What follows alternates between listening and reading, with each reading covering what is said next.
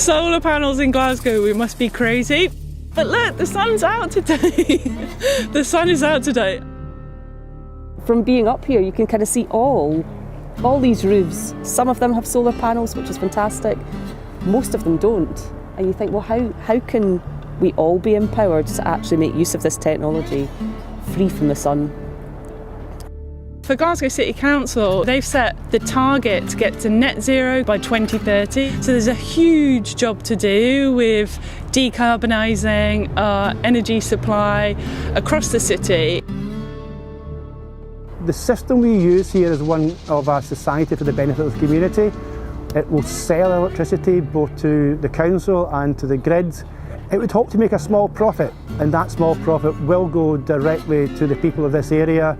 You've got a whole generation of children growing up into a world that we have messed up, and that they have the burden of that. And I think it's really important for them and their mental health to know actually that it's not all on them, and that we are taking steps to remedy past mistakes and to work with the technology that we now have available to us to fix some of the messes we've made.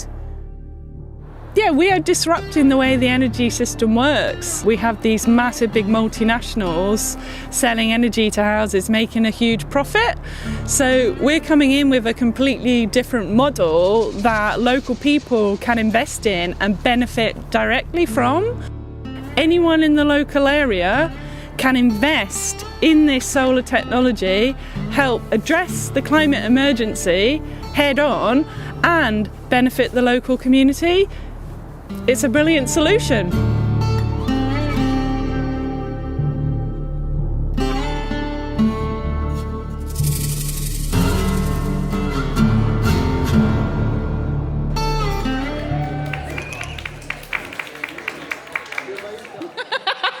got nothing on the mics yet. Can you hear me? I'm laughing. Can you hear us? Yes, just do it. Can you hear me now? You can hear me now. Okay, great. Cool. Good evening, everybody. Thanks for your attention. Hello.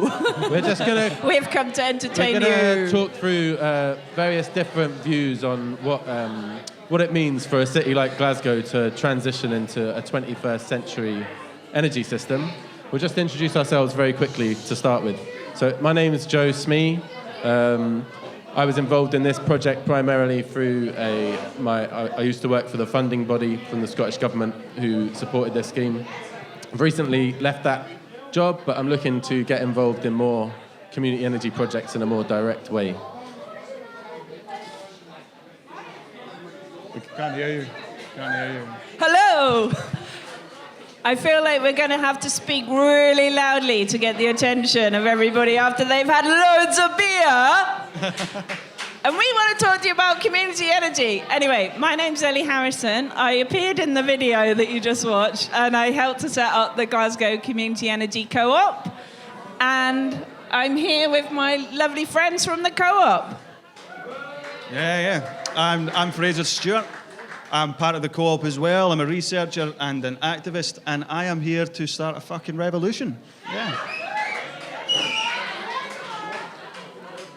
Man, I really under-egged my intro. Okay, so I'm going to talk a little bit tonight about... Yeah, cool, that's my right slide. I'm going to talk about why I think it's really important that local communities are at the heart of our transition into a 21st century energy system in a city like Glasgow, but in lots of other places too. Starting with these two pictures, because these pictures tell a story which we're often told about the transition from like this fossil fuel economy into a renewable energy future. And these images are really evocative because they've got this kind of like post-apocalyptic scorched earth with the orange glow of this fracking site compared with this modern, clean, green technological solution to all of our problems. And that's a really important story which tells us how quickly and how thoroughly we need to decarbonize our energy system. But there are other stories which this picture doesn't really tell us about all of the economic and social models which underpin both of these systems, both the fossil fuel system and the renewable energy system, if they're left to market devices and to a capitalist economy. Because in both models, how these projects are financed, the people who own and operate them and have power to control them, the market systems which deliver energy to people's homes and businesses, and where the profit from all of those, where all those revenues go, is all this a very similar, same kind of system. And even us as end users of the energy when it comes down the cables and into our homes, you know, if we make this transition, and is that really going to have an impact on fuel poverty in our communities, or the cost of living crisis that we're facing? And the answer, unfortunately, is, you know, not necessarily. I think are those things going to change along with the energy transition. But I'm going to talk a little bit about various different examples of projects which are trying to challenge those economic models and demonstrate that there are kind of people-led solutions which not only tackle the climate crisis but also tackle the crisis in our social and economic systems. I mean, the first one, this is a shot from Glasgow Community Energy. We've just seen the intro video there. What I really, really loved about being involved in this project is it took years and years of really hard work to get what, if we're being honest, is so far quite a small result. You know, we've managed to get solar panels installed on 2 schools, which is going to reduce the running costs of those schools and reduce the carbon footprint of those schools. The co-op who owns the panels is going to take revenues from that project and invest it in community projects that address social and environmental issues. But because it's taken such a long time, there's a real investment of energy and a sense of achievement in that project, which is going to mean that they can take the next step and build upon that and increase the amount of assets that they can take into community ownership going forward. And it's really important because not only are they reducing carbon emissions and helping tackle the climate crisis, they're demonstrating alternative economic models and delivering economic benefits locally. And thirdly, they're creating a sense that there's a real possibility for collective action and for people collectively to own meaningful assets in their communities. Just one other quick example. This is more a project that could have been, rather than unfortunately a project that is. This is the Cathkin Braes wind turbine, which you'll be able to see from most south-facing vantage points in this city. It's just on the southern edges of Glasgow. This is an operational wind turbine which is owned by SSE Renewables in partnership with Glasgow City Council. But actually the origins of this turbine lie in the roots of the community of Castlemilk, which is a really great little community, which also happens to be one of the most deprived communities in Europe. But the community there actually planted the seeds for this project, developed the idea, proved that it could be feasible to have a turbine there, got planning permission for it, went through all sorts of other steps before the local council, who own the land, decided that this would be better developed as a commercial project in partnership with the council, which I'm sure the council have their arguments for having done that, but in my point of view, this is a real shame because all of those benefits which we're starting to see with the solar project at Glasgow Community Energy would have been there with this project, but you know, the commercial scale of this project would have been such that those benefits would have been much bigger, and hopefully we can grow Glasgow Community Energy into something that size. But even though there's the potential there for that kind of project, and I believe that there still is, there's really big challenges that we're trying to address here, like I've said, the climate crisis, massive inequalities in our economic system, and a sense that communities are not empowered. If we're asking community groups alone to try and address those challenges, that's a really big ask, you know. Especially if you look at carbon emissions, for example, Glasgow has got a total carbon footprint of 2.5 million tons of carbon a year. Our 2 little sites on the schools in Easterhouse and Pollokshields are saving about 50 tons of carbon a year. So although, like I say, I'm really proud of that achievement, it goes to show how far we've still got to go. But why I really believe that these projects are really important, there's 2 main reasons. First of all, community energy has already demonstrated that there are alternative economic models which we can build upon and grow and roll out to a larger extent, which can actually take us through that energy transition in a way which also addresses massive economic issues which we're facing. And secondly, just through the actual time and energy that we pour into them, we're demonstrating to people at large, but also decision makers and people in power, that people have a real thirst for adopting these alternatives, that people really want them to happen, and that people will fight to make them happen. Thank you.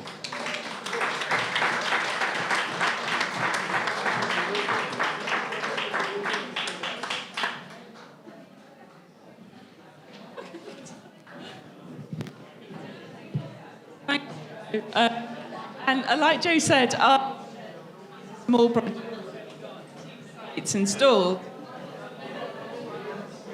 Is it? Hello? You're on now, yeah. Seems to be dropping in and out. But for us, being involved in that project, it was an amazing learning experience. We learned so much through that process of trying to get those solar panels onto that roof. And it feels really great to know that a tiny little part of Glasgow's energy system is now in collective ownership, run by the local people, for the local people, and not by the massive corporations like so-called Scottish Power, which you probably know isn't Scottish at all. It's actually owned by Iberdrola, massive Spanish multinational, exploiting the poorest in the city with rip-off bills whilst sucking profits out of Glasgow to shareholders overseas. So that model is the opposite of community wealth building, which of course is what the Scottish Government claims that it cares about. But in order to decarbonise our economy at the speed that we need, and as Joe said, we need to, Glasgow City Council set the goal to get to net zero by 2030, we need all of our carbon intensive industries and infrastructure back in democratic public ownership now.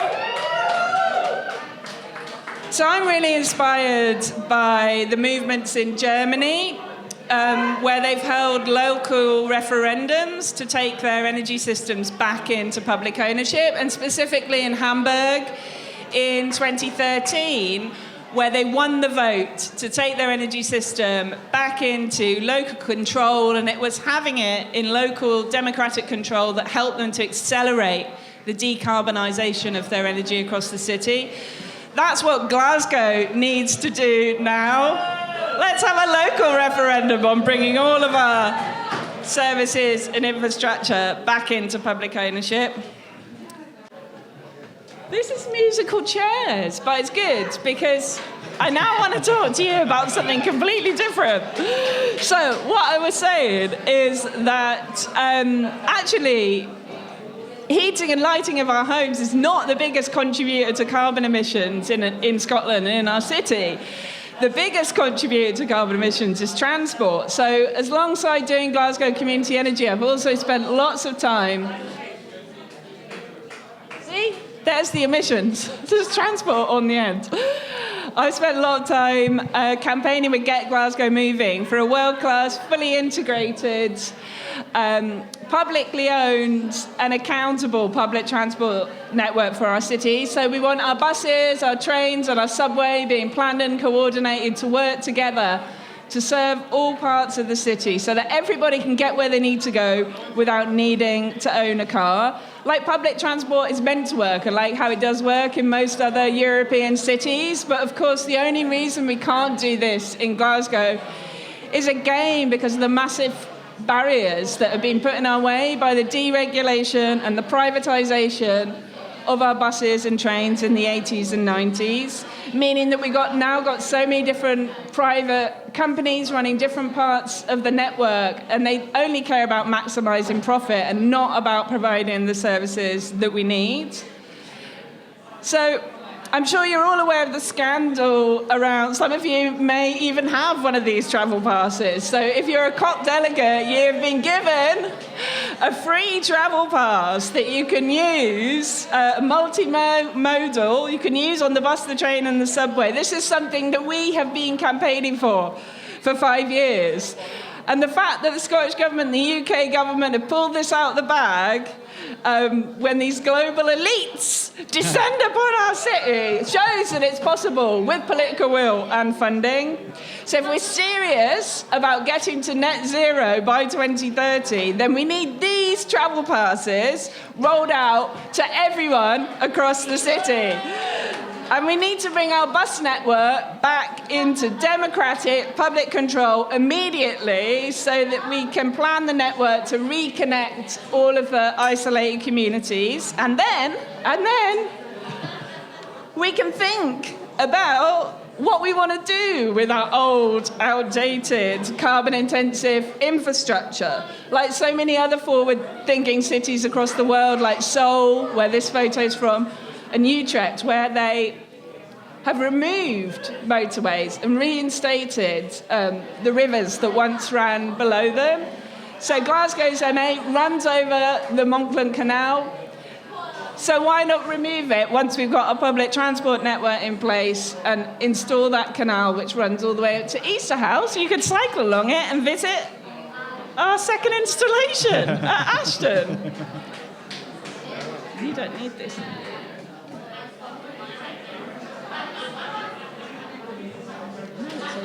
Fraser. I'll pass over to you, Fraser. Oh, is it me? Is it me? Are we in? We're still in. Is it working? So I'm going to take a slightly different tack. I'm not going to give you examples. I'm not going to give you slides, mostly because I didn't prepare any. But the work that I do with these guys, the work that I do and the research, the activism that I do, is all around energy and how that relates to justice, specifically in deprived areas of Scotland. We still think regularly and often about energy as being, it's just something that happens to you. You flick a switch and your light comes on, your bill comes through the door, you pay it if you can afford to.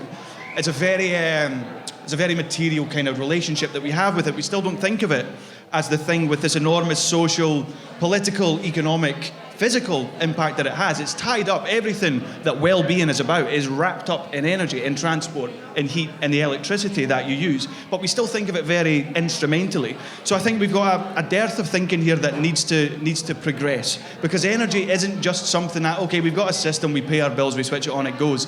Energy is a genuinely transformative thing. Now, especially if you're talking about around the world, right? If you're talking about development, people who have lived without energy forever, you're talking about energy access. That's a whole new life for somebody. But here as well, when we talk about fuel poverty, when we talk about the people who are disadvantaged by the energy system, it's very discriminatory, but it can also be very liberated in a lot of ways if you're willing to use it right. So we have to think about what we use energy for and in whose interest we use that energy. Because it's not just something that happens, right? We're at this transformative moment in human history where we've been fucking forced to reimagine how we do everything to do with energy to combat the climate crisis. We have to do this, right? We don't have a choice. We have to do this. We have to change the way that we do energy. We can choose how we do that. We can choose in whose interest that works. So not just trying to clean it up as quickly as we can, but thinking about retrofitting lowest income houses, so you're not just reducing emissions, but you're reducing bills for people and helping relieve some of the pressures of poverty, helping to improve their well-being in the process. Not just building the transport system that encourages you to leave the car, but also, like Ellie says, that connects those excluded communities to new employment opportunities, new leisure opportunities, new green space, people who have been discriminated against by specifically the fossil fuel infrastructure that we have been operating on within this country for the last 100+ years, right? So it's this moment that we have just now where we can decide what we want to do with this. It's a choice that we can make, either to allow things to continue as they are, with the profit going into the big corporations, into the big six, with it all being offshored, none of it coming back, with an energy system that disproportionately hits those with the least means the hardest, that leaves them uninsulated to shocks of gas prices, of an unstable fossil fuel supply. Or we can think about a new clean energy system that brings down emissions, that brings power into communities and into homes in more ways than one, and it makes life better and living conditions better for an awful lot of people in the process. So this is my fucking manifesto for you guys. That's my shtick. You're not just dealing with lights and bills and infrastructure and supply. You're dealing with justice, you're dealing with society, you're dealing with well-being specifically. What I would like to ask the other two here is, where does that fit with your model, and what do we do? How do we change this? Is it working? What about that one?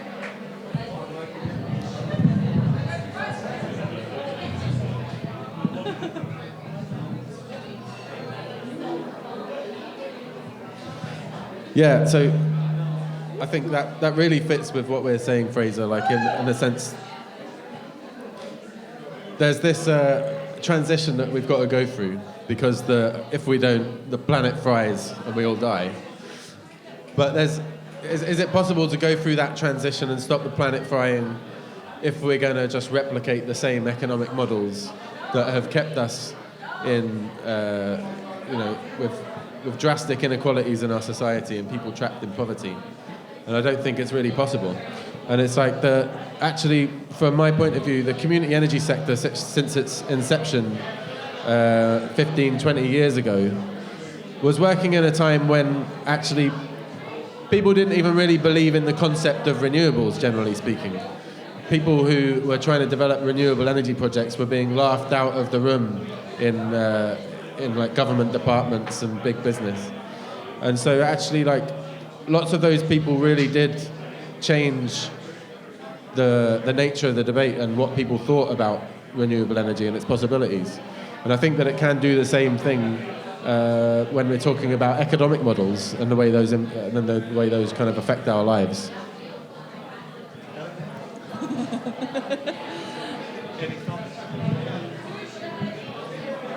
It all fits together. I mean, that's why I brought transport into the mix, apart from the fact that I'm a bit of a transport nerd.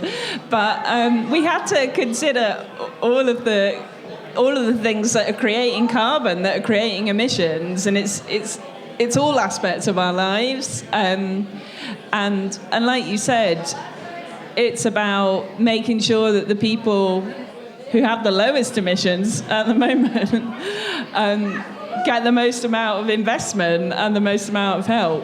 And we need to bring down the emissions of the people who are jet setting around the world. Have you got another question? I've got one. Don't worry about me. One thing that I think none of us have really touched on so far, the big challenge that one of the big challenges that we're facing just now with energy is heat.